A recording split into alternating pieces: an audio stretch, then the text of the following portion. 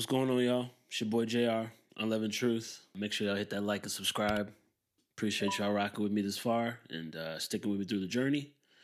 Hopefully, we don't get canceled after today, but we're going to jump right into it. Last video, we hopped on and kind of talked about the Charlie Kirk situation. I didn't want to dive too much into it. It was the day after it happened, and it's just, a lot of emotions. And I've come to learn over the years to be a little more cautious, especially when speaking out of emotion, because who knows what I'm going to say. So I just kind of wanted to give my raw thoughts. And it felt a little off script, to be honest with you, because, I'm really trying to dedicate this channel to getting back into the Word and the truth about Yah's Word and kind of removing the leaven from our spiritual households as we kind of rebuild that foundation of faith. But for some reason, I felt the Spirit leading me to talk about it and to just kind of hop on and just kind of give my thoughts. And I'm glad I did, because if you look at the response so far, what are we, about a month removed from his assassination? You really can see the truth kind of coming to the light. And it reminded me how, we talk about coming out of Babylon and kind of removing ourselves from the world and the ways of the world. But it's really hard to come out of Babylon if you don't know you're in it to begin with. And I really like to look at these things like 3 levels deep. The news, mainstream media, we already know it's a joke.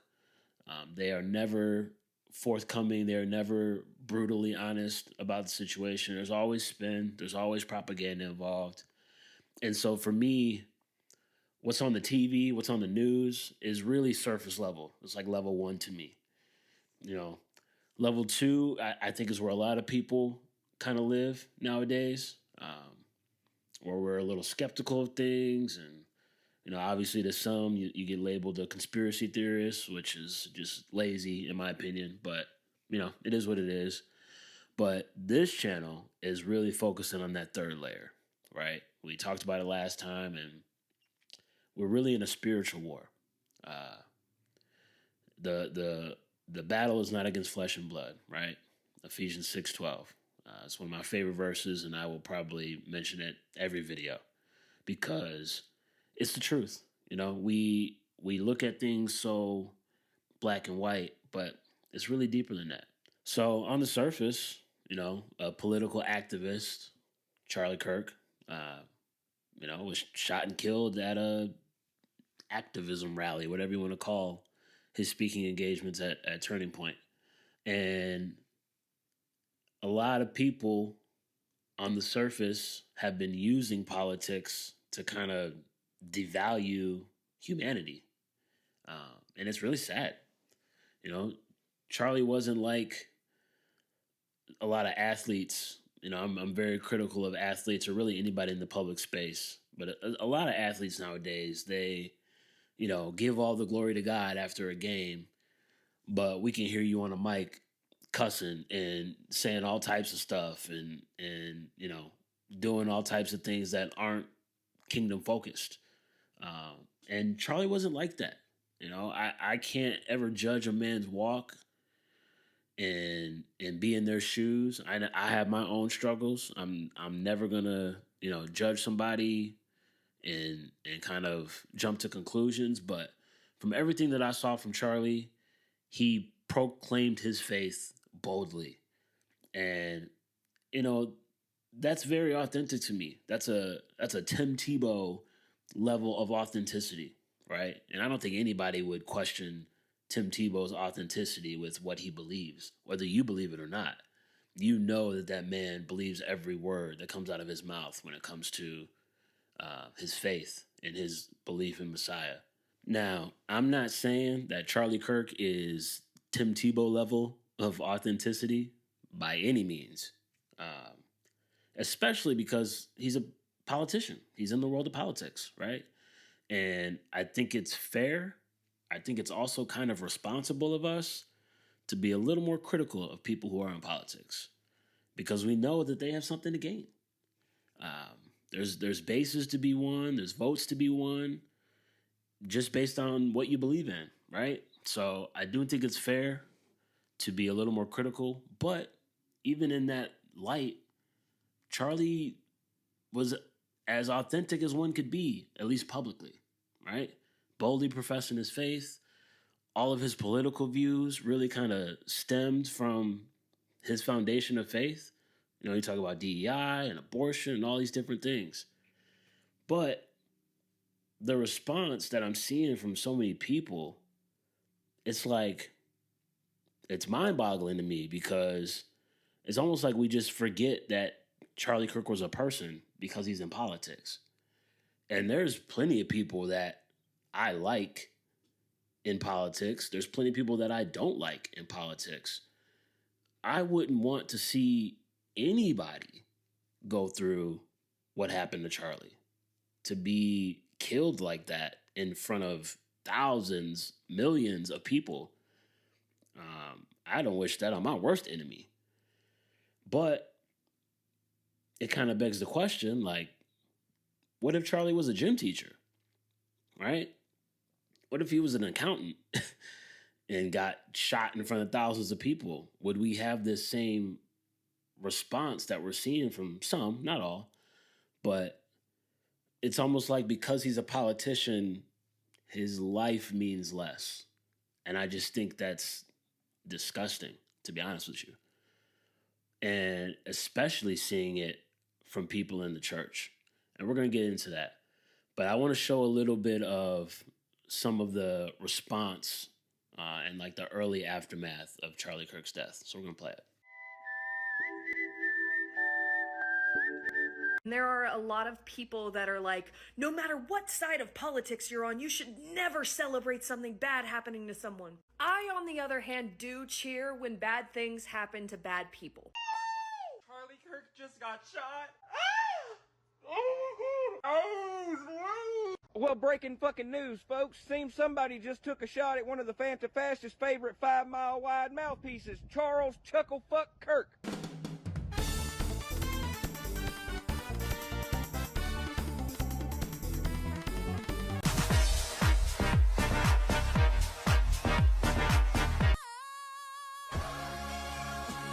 I'm not saying she deserved it, but I'm saying God's timing is always right. And goodness knows the wicked's lives are lonely. I was just fired from my job. Say that again? I was just fired from my job. Now I have nothing but this. I have nothing but this website. I have nothing anymore. I have nothing.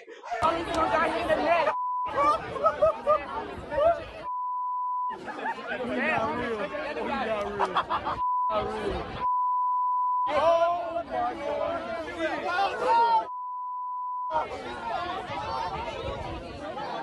Everybody has My name is Charlie Kirk.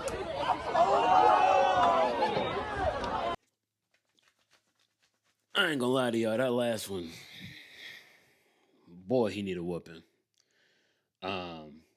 Anyway, now, again, I got that montage from social media, so I don't know if every person in that little run of clips, if that was actually their stuff, or if it was like reposted videos from others. But even if it's just those last couple, first off, we need to save as many clips of these fools as possible, because I need to know who you are so I can stay as far from you as possible. To call y'all toxic is an understatement. But again, the battle's not flesh and blood, right? So I see a person act that way in the flesh, but I think layer 2, layer 3, right? Like, what's the spirit behind that? What's the emotion? What's the demon behind that is causing people to act in that way? And again, you know, if Charlie was a high school football coach, I don't think anybody is responding like that to what happened to him. But because he's in politics, we see this like clear dividing line of kind of the response. And to me, what is most frustrating is seeing that dividing line within the church, right? And so I'm gonna play this clip because it really is kind of the heart of what we're talking about today in this episode. And it's a perfect picture of why the church, and particularly the black church, just being 100 with y'all right now, it has completely lost its way when it comes to being set apart, right? What it really means to pursue a righteous life, to be set apart from the rest of the world. So I'm going to play this clip from this pastor, and we're going to talk about it. Charlie Kirk did not deserve to be assassinated.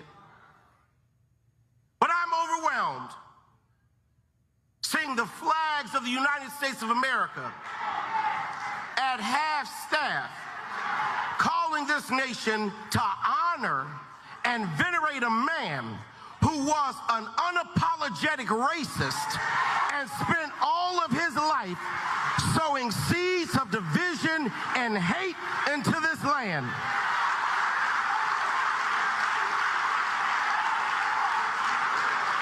And hearing people with selective rage who were mad about Charlie Kirk but didn't give a damn about Melissa Hortman and her husband when they were shot down in their home tell me I ought to have compassion for the death of a man who had no respect for my own life. Now, let's just count all the ways that this bozo is just dead wrong. Okay? First off, you're a pastor, right? When do pastors start cussing in the middle of their sermons? That's what we do now? You just say whatever you want on the pulpit in front of the church congregation? Is that your version of righteous anger? Okay, bet. Secondly, he said, they're telling me to have compassion for a man who didn't have respect for my own life. Yeah. That's exactly what we're telling you to do. Why? Didn't Messiah have compassion for people who didn't value his own life? Wasn't Messiah, Yahushua, HaMashiach, wasn't he killed by his own people? His own people didn't have value for his own human life. And yet his last words were, "Forgive them, Father. They don't know what they're doing." So, yeah, if anybody in the world is supposed to have compassion for someone who didn't value your life because he's an unapologetic racist, which, whatever, I'll grant that to you for the time being, even though I don't believe that at all. But even saying he was, I don't care if Charlie's first name started with a K and his middle initial started with a K and his last name is Kirk. I don't care if he is Charlie KKK Kirk. If there's anybody who's supposed to have compassion for those who don't deserve it, it's the church. And it's specifically a pastor in the church, because you're the shepherd, right? You're the one that's supposed to lead the flock into the right response. But because we care so much about politics, we have lost our tunnel vision for the true kingdom that we serve. And that's the kingdom of heaven, not the kingdom of America. So to see a pastor responding this way and the congregation's cheering, the flock is following the shepherd, right? The shepherd has bad fruit. So what's the flock going to do? They're going to produce bad fruit in response. Let's circle back to the heart of his issue, right? Charlie Kirk is a racist. Okay. This pastor, along with a lot of other people, have invested their entire narrative on the idea that Charlie Kirk was a racist. Okay. In order for that behavior that we just witnessed to have any logical basis at all, the premise that Charlie Kirk is racist has to be true, right? If we call someone a racist and therefore we feel that we can respond in that regard when it comes to his death, he has to be a racist, okay? So, even though I watched Charlie Kirk for 3 years and I'm black, I think I got a pretty good idea of what racism looked like. Even with all of that, I went and I said, okay, let's go find the evidence. Let's go find the evidence that Charlie Kirk is a racist. And it took me about 20 minutes to find and listen to the context of some of these clips that I'm about to play. But I want to show you the clips that are being circulated without the context. And I'm going to show you this for a specific reason. The problem is, if you listen to the quotes of Charlie Kirk, and particularly with regard to quotes with regard to black women, but not only those quotes, that's problematic. And it's also problematic when you have constituents who don't know all the details of all of this stuff. They've seen the clip reels of Charlie Kirk. There was another one that came out last night that Tara Setmeyer put out there that was just running the things that he has said over the years. That is hard to explain to your constituents who are seeing this person on social media say negative things, very biased things, very racist things about members of the black community. I actually want to play that so people can actually hear for themselves. So this is what she posted on Twitter last night. One more thing that's on my mind tonight, and conservatives everywhere, the idea that people are saying, well, he was an extremist, or he was a racist, or he was a Nazi, or a misogynist, whatever. Charlie Kirk was a mainstream conservative Republican. He had views that are held by tens of millions of people, including more than half the country in the last election. If I see a black pilot, I'm going to be like, boy, I hope he's qualified. It begs the question, when you see a black pilot, you wonder, you say, I hope they are qualified. And in the spirit of affirmative action, we have Ramon and Cadillac are your two pilots. They've never flown before, but they are black. If I'm dealing with somebody in customer service who's a moronic black woman, is she there because of her excellence, or is she there because of affirmative action? I'm only here because of affirmative action. Yeah, we know you do not have the brain processing power to otherwise be taken really seriously. The war on white people continues. You had to go steal a white person's slot to go be taken somewhat seriously. We are raising a generation of weak people like Simone Biles. LeBron James is a self-interested, narcissistic, and we know he's not very smart. You're representing your nation. You're selfish sociopath, not very bright, not wise, not somebody of good character. She is a shame to the country. Blacks in America did not have the same rights they had today. Data shows they were actually better in the 1940s. Let's get loud for Kyle Rittenhouse. I'm also going to offer some context and some nuance about the death of George Floyd that no one dares to say out loud, which is that this guy was a scumbag. Remember what BLM stands for? Burn, loot, and murder. Now, does that mean it deserves to die? That's two totally different things. Of course not. Prowling blacks go around for fun to go target white people. That's a fact.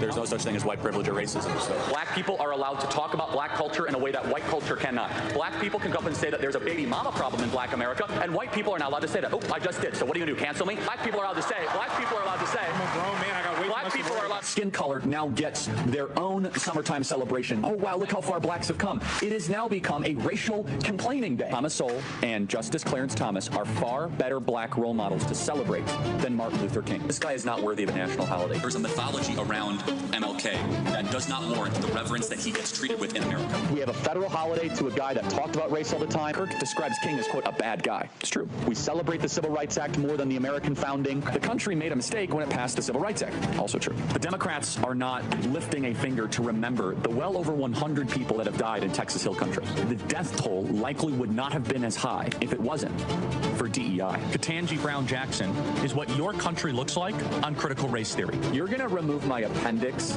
and you're a black lesbian. Ketanji Brown Jackson is an embodiment of the tyranny that we currently live under. She's an ideological, unintelligent, yet confident fanatic. Why does Kirk believe passing the Civil Rights Act was a mistake? Now, again, apparently they don't listen to the show because we do that at least once a week, right? So she wants to be the first ever black woman on the Supreme Court, yet she won't even admit that she's a woman. Now, to be fair, I'm trying not to laugh, but without context of some of these clips, I ain't gonna lie. I was like, dang, he kind of do sound racist, right? Like, Charlie, and this is something I didn't like about Charlie, I'll be honest with you.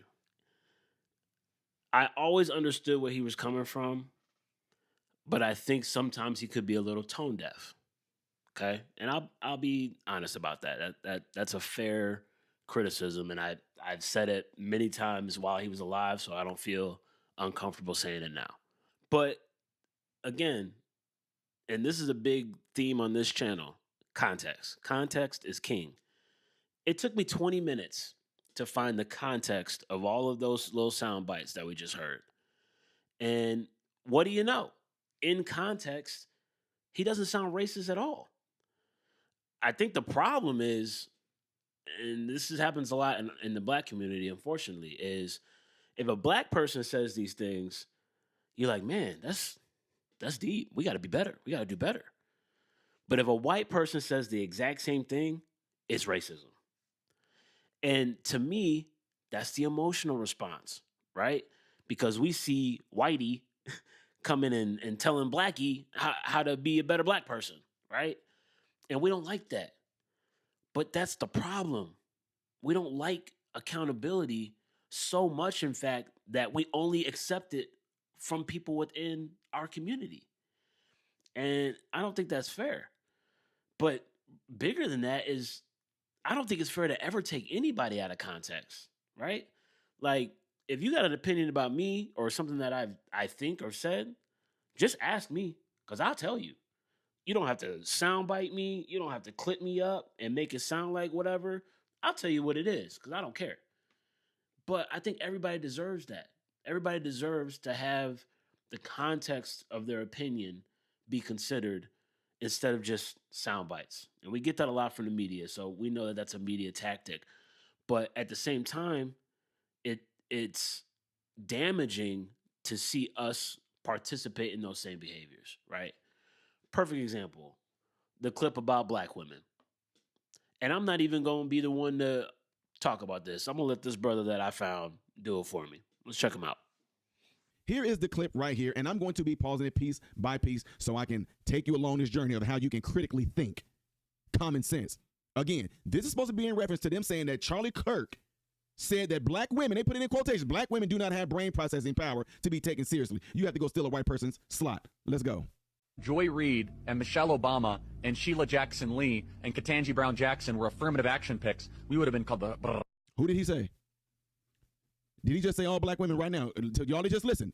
Did he name all 4 women? You can answer yes or no in the comment section. Did he name all 4 women just standing there? He named all 4 women. Did he say black women? Keep that in mind. Did he say black women? Okay, let's keep going. Racist. But now they're coming out and they're saying it for us. They're coming out and they're saying, I'm only here because of affirmative action. Yeah, we know. You do not have the brain processing power to otherwise be taken really seriously. You had to go steal a white person's... Who is he talking to? Who is he talking about when he just said that? All black women or those black women? This is what I'm talking about when it comes to critically thinking. This is what y'all try to do when y'all try to bait individuals like myself and others into that narrative. You can tell me, Ty, it is a nice, bright, sunny day outside. Whether you like me or not, you can tell me that. Guess what Ty does? Okay, cool. Now, just because I'm nodding my head like this does not mean I agree with you. I'm just nodding my head because I'm saying, I get what you're saying. But guess what I'm going to do? I'm going to go outside and see if it is indeed a nice, bright, sunny day. Who did he name off? 4 people. Who is he referencing to? These 4 people. That's easy. If you have critical thinking, that should be easy. You had to go steal a white person's slot to go be taken somewhat seriously. Play cut 52. Hold on, let's go back to it again. I'm going to play it without interruption. Joy Reid and Michelle Obama and Sheila Jackson Lee and Ketanji Brown Jackson were affirmative action picks, we would have been called the...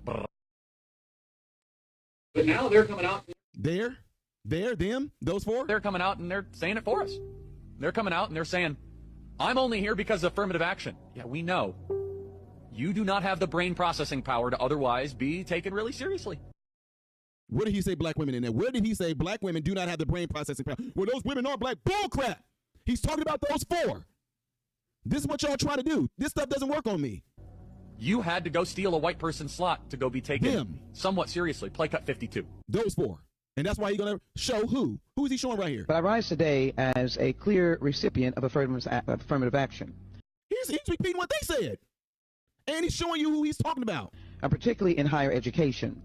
I may have been admitted on affirmative action, both in terms of being a woman and a woman of color. But I can declare that I did not graduate on affirmative action. This is my personal story. Wow.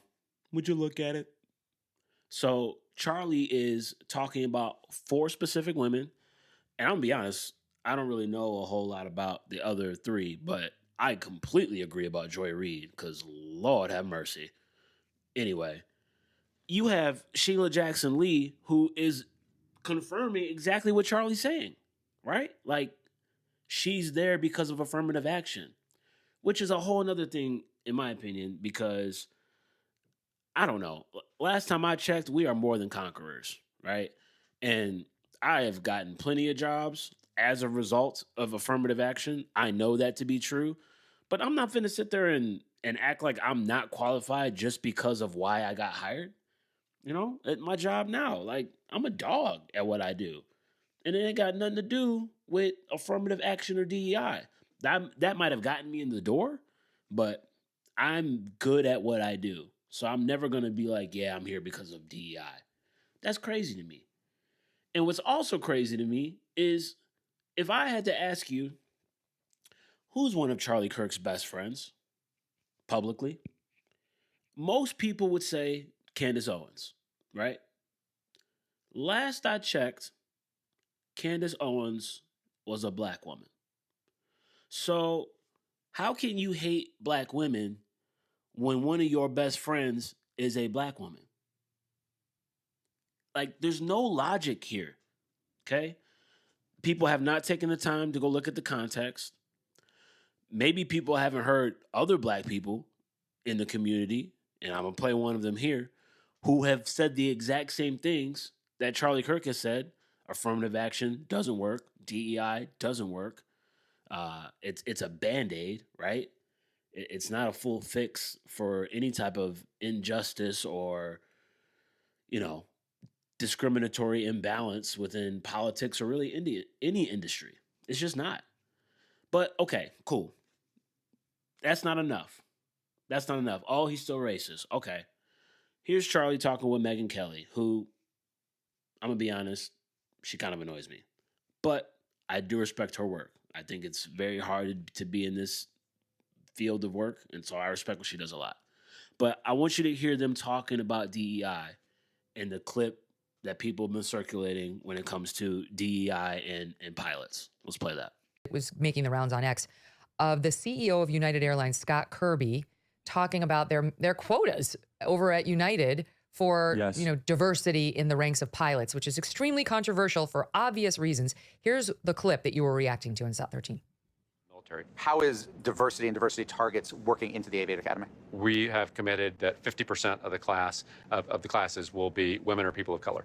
Today, only 19% of our pilots at United Airlines are women or people of color. And by the way, from all the data I've seen, that's the highest of any airline in the country. White males don't just dominate in the cockpits, also in the C-suite at United Airlines. Well, look, at United, I'm proud of the diversity that we actually have in our C-suite. I think if you look around corporate America. Correct me if I'm saying that. So this is just based off your website, the people you list as executives, but out of 11 people, 3 are women. I believe 1 is a person of color. That's correct. But, in corporate America, I think, That's a low bar. How do you raise your own bar? Well, a lot of this is, focusing on it. We have programs one of the things we do is for every job when we do an interview, we require women and people of color to be involved in the interview process. Shut up. Oh, I'm sick of this nonsense. It's so repulsive. All right, so wait, let me finish it by your reaction to it. And people freaked out because you said the thing that you're not supposed to say, but that's what you're known for. Here he is in SOT 14 on Charlie's show. And that's why I think this United story and the DEI story hits so hard, because we've all been in the back of a plane when the turbulence hits or when you're flying through a storm and you're like, I'm so glad I saw the guy with the right stuff and the square jaw get into the cockpit before we took off. And I feel better now thinking about that. You want to go thought crime? Like, I'm sorry, if I see a black pilot, I'm going to be like, boy, I hope he's qualified. Well, that's you wouldn't have done that. You wouldn't have done that before. That's not an immediate. No, you wouldn't have done that before. That's not who I am. That's not what I believe. It is the reality the left has created. The meltdown after this with people like, oh, and the proper response was from you, from people like Matt Walsh. This is the world you people have created. You have created this world where you make somebody's skin color the sole criterion for hiring. And then you react in horror when people wonder whether the qualifications are also there. The nerve to get so indignant about your reaction to that. This is their world. You're just living in it. Yes, and I want to just reiterate the essence of that clip that was missed by almost everybody. Jordan Peterson, to his credit, really picked up on it, which is what I was trying to be, very vulnerable with the audience, is that DEI invites unwholesome thinking. And I said, and I was saying in the clip, that's not who I am, that's not what I believe, but what it does is it makes us worse versions of ourselves, Megan. That's the whole point of what I was saying, is that I now look at everything through a hyper-racialized diversity quota lens, because of their massive insistence to try to hit these ridiculous racial hiring quotas. Of course, I believe anybody of any skin color can become a qualified pilot. That has never been my contention. I mean, it's silly. It's bigoted to think otherwise, right? What I was saying, though, is when you currently have less like 3 to 4% of current pilots are blacks right now, 3 to 4%. And now they want to say this is just a hiring class of candidates. Are there enough candidates to fill the 50% quota? And the other question should be asked is, why is it a problem? Let's just ask the premise. Why is it a problem that 81% are white? And I love the Axios guy. Well, white males are dominating the cockpit. Yeah, those pesky safe flights are dominating our society, Megan. all those 25 years of commercial airliners that have kept on, dominating as if like the white male is like oppressing us with, their beautiful landings through turbulence and storms. And I just as if it's some sort, like we have to, literally he said the Axios, well, white males dominate in the cockpit. Good, in the sense of like, it's been safe, it's worked. I don't care about the race. I literally don't care. But the premise is as if there's some sort of massive oppression enterprise going on. And so I want to make sure this is clear, because the deeper point even got cut off in that clip, and that's fine, is that DEI creates like bad people. And that's, you're right. We walk around asking questions that we otherwise wouldn't ask. And I happen to say the quiet part out loud because I don't like thinking that way. I feel dirty. I feel like sinful. I feel that I'm now asking questions I wouldn't otherwise ask, but they've invited this entire conversation. And by the way, I just want to make this clear, because then some people say, but Charlie, they're totally qualified. Hold on. Every analysis that we have of similar quota-based affirmative action programs always results in the lowering of standards, whether it be Harvard, whether it be in federal hiring practices. At Harvard, admission standards were lowered 20 to 30% for black students versus Asian and white counterparts. So you can have one or the other. You can have excellence or you can have diversity. And I, for one, someone who has flown millions of miles and over 3,000 days of travel in the last decade, I want excellence in air travel. I don't care about the skin color of the person. Yes, exactly. I'm sorry. And by the way, these are not this is happening in medicine too, though. This is happening in these medicine. are not appropriate places for quotas or a hyper focus on diversity. They're just not. Like, people have to have confidence that everybody gets into that cockpit or into that OR based on one thing, and that is merit. That's it. All right, we're going to do it a little short because, like I said, it's something about her voice. It doesn't matter. She does good work, so I respect her for that. But you heard from Charlie himself. He does not care about race, right? He gave you the context. He gave you figures, right? There was a study done at Harvard, and I actually think somebody in their administration might have confirmed that they actually lowered testing standards to allow more black students into their school. This is highlighting his exact point, is we're hyper-focusing on race as some type of measuring stick. And that very thinking is the same kind of thinking that goes back to black people are less evolved versions of monkeys, right? In the evolutionary process. It's the same type of hyper-focusing on things that, honestly, in my opinion, shouldn't matter, right? Jackie Robinson was able to integrate baseball, not because he was black, it was because he was cold.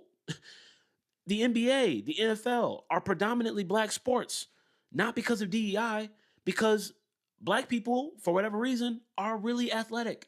And the game has become better because we've allowed these players to naturally, kind of weed out those who aren't as good at the sport. So why should any other industry be any different? So I don't care if 100% of pilots are white. Did my feet hit the ground when we landed? Am I alive? Bet. That's all I need. Now, again, I'm not judging. My job here is to just bring truth to the light. That's it.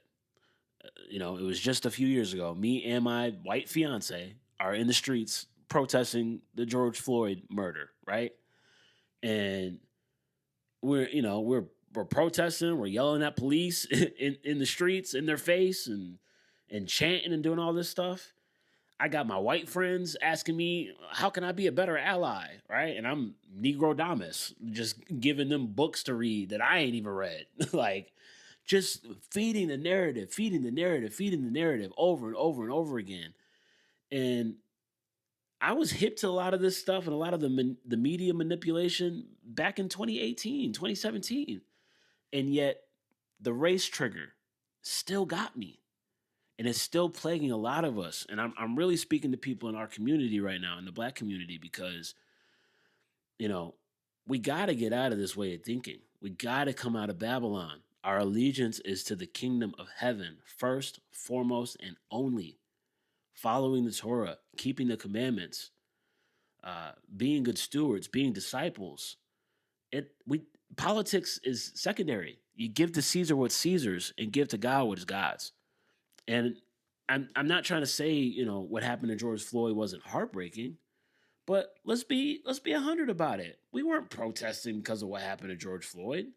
What we were doing was an emotional response. Whitey is trying to get me, and I have to fight back, or else, right?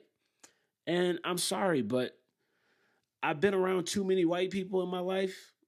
I, grew up in the suburbs, went to a predominantly white school. There was only 17 Black people in my graduating class. And I'm sorry, I've been around too many white people to just be like, white people are racist. Like, that's ridiculous to me. I wouldn't be where I'm at in my life without white people. Like, we got to get off that. So that's why this pastor's response to Charlie's death, although alarming, it honestly isn't a surprise to me at all. It's an emotional trigger because we see a white person say things that other Black people have been saying forever.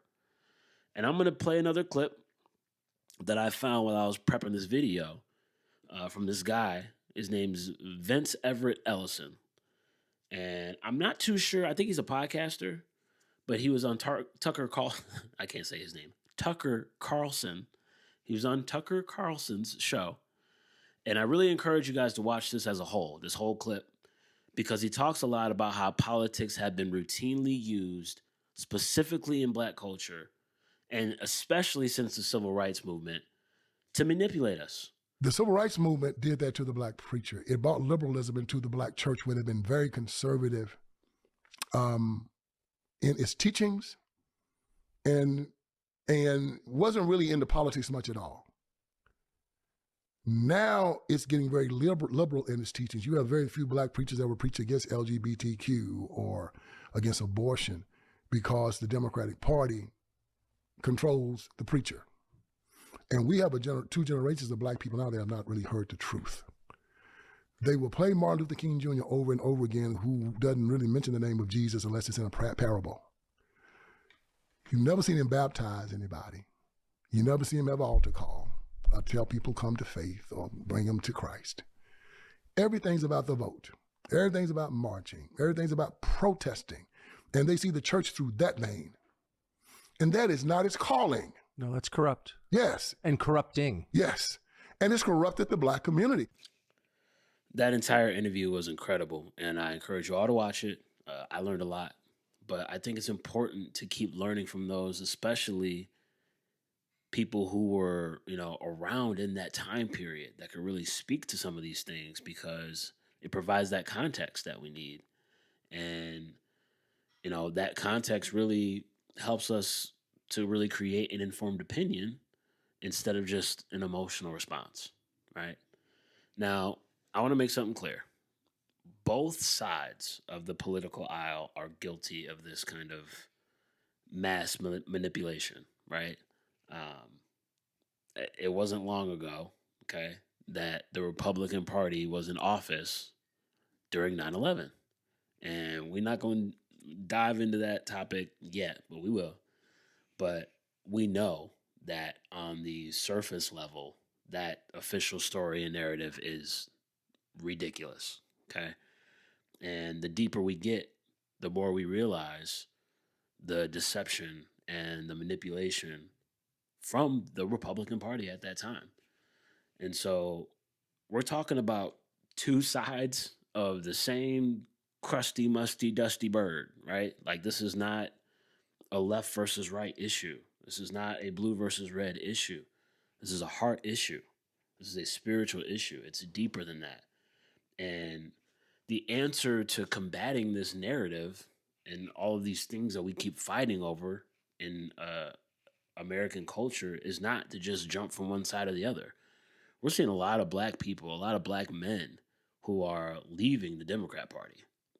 2024, Trump won 15% of the black vote, which is crazy for a Republican to get that much support from the black community. But that's not the answer, right? The answer is not, oh, let's just all become Republican. And so that leads me to this, and that's the point, right? What's the point of all this? Why are you still talking about Charlie Kirk? Well, for one, the official story, right, that level one of the narrative is garbage and complete nonsense. And I would hope that if something like that happened to me and we had this much time to examine and review the evidence to come to a logical conclusion that we're being lied to about what really happened, I would hope that y'all would fight for me the same way we're seeing people like Candace Owens fight for her friend Charlie. So that's first and foremost. This is the Unleavened Truth, and that's what we do here. We talk about truth, and we don't care what it looks like. We don't care what side of the aisle it comes from. Republican Party, Democrat Party, we don't care. Truth is truth. But the bigger overarching theme is very simple, and that's the fact that oil and water do not mix, period. Too many of us have placed politics all the way up here, and our faith and our allegiance to the kingdom and to God and to his son are somewhere below that. You know, in our community, in the black community, it's being black first, right? And that's got to stop, okay? Period. The kingdom of heaven is incompatible with all the other kingdoms of the world. And we've seen this all throughout Scripture, okay? Old Testament, New Testament. We have seen people constantly fighting between allegiances, right? The Hebrews wanted to go back to be slaves in Egypt because the kingdom of heaven was too difficult for them. They were tired of eating manna. They were tired of living in the wilderness, right? It became too tough. Oh, take me back to slavery, right? We see it in the New Testament, okay? Messiah was killed by his own people. He was found innocent by the Romans, right? Pilate said, I wash my hands of this. I want nothing to do with this. The politics of it all had nothing to do with it. They wanted no parts of it. But it was, and I can't say the word, because again, I don't want to get canceled this early. So we're just going to call them the tiny hats, okay? It was the tiny hats that wanted Messiah to be killed. And yet, in his pain, in his suffering, he says, forgive them, Father. They don't know what they're doing. That's the calling, right? Even if your own people turn on you, you still show love. You still show compassion. You still show remorse when someone is murdered in front of kids, in front of his family, in front of the entire world. It doesn't matter what they believe, right? Murder is against the law. It's against the Torah. It's against the commandments. And therefore, it is wrong, period. And so I've said it before in this video. I'll probably say it in every video. We do not wrestle against flesh and blood. We are in a spiritual battle. We are wrestling the dark forces. We are wrestling spiritual wickedness in the heavenly places, not the earthly places. And if politics or your racial identity is what drives you in your moral compass, then guess what? You're going to hop on stage and cuss up a storm in church and say all types of gibberish and nonsense that has no logical basis because of your emotional response. And that's your flesh talking. And we need to be, as believers, more in tune with the Spirit and what the fruits of the Spirit have to offer us. And important to note, we will know each other by our fruit. If we see a pastor talking about we shouldn't have love for those who didn't love us, we know that that's bad fruit. And we can see his congregation following suit, producing bad fruit. And so as we continue this journey, as we continue removing the leaven, we got to keep reminding ourselves of not only our allegiance to the kingdom of heaven first and foremost, but our walk is in spirit and in truth, not the flesh. And so I'm going to leave you guys with this last clip. One of my favorite pastors of all time, Dr. Miles Monroe, unfortunately no longer with us, but it's a very fitting bow on the rest of this subject and the rest of this topic for now, before we take that bow off and really dig deep into this with the Charlie Kirk situation. But I want to share this clip because he talks about the difference between the earth and the world in Scripture. And the first time I heard it, it was like a light bulb went off in my head, and I was like, wow, I've never seen that in Scripture like that before. So I'm gonna leave you guys with this. I appreciate you guys rocking with me. I pray that we continue to keep challenging these narratives, right? Keep removing the leaven, getting rid of the leaven, taking it out of our spiritual households, rebuilding our firm foundation on faith, and growing together in our walk. And remember, we're growing in spirit and in truth. Both are important. Until next time. I want to remind all of you, maybe for the first time, you may discover that there's a difference between the earth and the world. Never confuse the two. There's nothing wrong with the earth. The earth is innocent. The earth is pure. The earth is God's original production. The Bible does not say, for God so loved the earth. It says, for God so loved the world, that he sent his only begotten Son into the world with a message. And he said, whoever believes that message will not perish, but shall experience an abundant life, not just in this life, but beyond the grave. The next verse says, for God did not send his Son into the world to condemn the world, but that the world through him might be saved. Even the church, the Christian church, didn't understand this. God did not send his Son to deal with the earth. He sent his Son to deal with the world.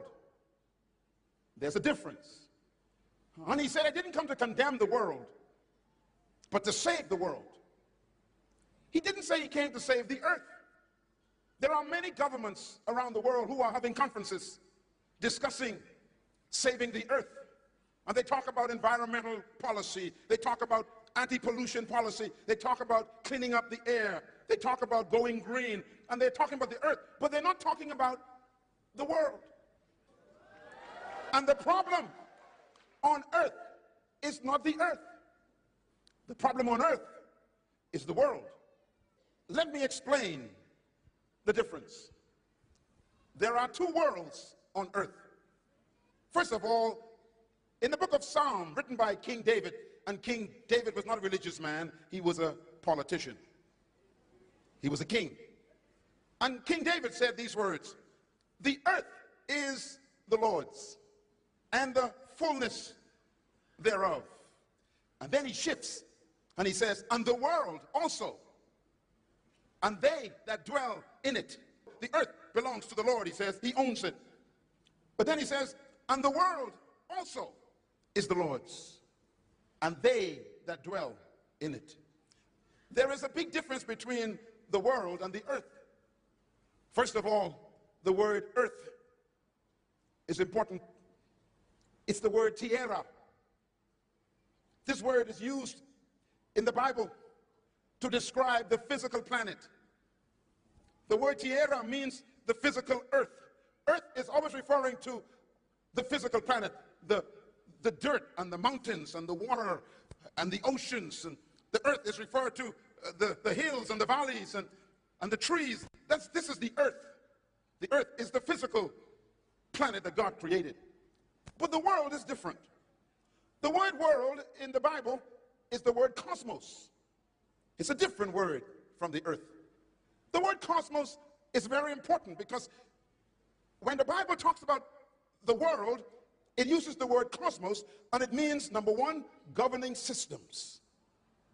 Number two, powers of authority. The word world also means controlling systems, the world. Fourthly, the word cosmos means systems of control. It also means the systems that influence life on the planet. The word world, therefore, is the banking system. It is the economic system. It is the political systems. It is the athletic systems and the medical systems and the social systems and the cultural systems. These are called the world. The earth is pure. It's the physical planet. But the world are the systems that affect the earth. You will never hear a tree cursing God. You'll never hear a dog or a cat curse God. But humans are amazing. God has no problem with roaches. He has no problem with rats. God has no problem with birds. His number one problem is with you, the systems that men control. So where does pollution come from? The earth never pollutes itself. Men pollute the earth. The earth will never withdraw its wealth from men. But men take the wealth of the earth and hoard it from others. The earth will never cause people to starve. But men will use their systems to withhold the bounty of the earth from people who are starving in order to keep prices high. There's nothing wrong with the earth. It is the system that controls the earth. It's called the world. Something went wrong with the world that was put on the earth. And the first world that was placed on the earth was called the kingdom of heaven. And Adam was in charge of that first system. And when Adam disobeyed his government in heaven, he declared independence from the kingdom and made the earth an independent colony. Then man became the rulers of earth without God. And Jesus saw that problem, and he said these words, I am the light, not of the earth. I am the light of the world. I am the light of the system. The word light in Hebrew doesn't mean absence of illumination. The word light here means knowledge. The opposite of knowledge is ignorance. He's telling us that you are ruling the earth based on ignorance, and I have come to bring the original knowledge back to man. And this is why he said, without me, you can do nothing, because you are living in darkness, in ignorance. You're trying to manage the earth without God's knowledge. Earth was never created to be governed by earth. Earth was created to be governed through man from heaven. And therefore, every country on earth needs information from another place. And that's why, for God so loved the world, he didn't come to find someone on earth to fix it. He had to send someone from another place into the earth. Because the solution to earth is not on earth. He had to send someone from another country called heaven back into earth to restore earth and to bring light back to earth. In John chapter 8, verse 23, Jesus said, you are from below, but I am from above. You are from this world, he says, but I am not of this system. I want you to read the Bible again for the first time. Now you understand the statement, don't you?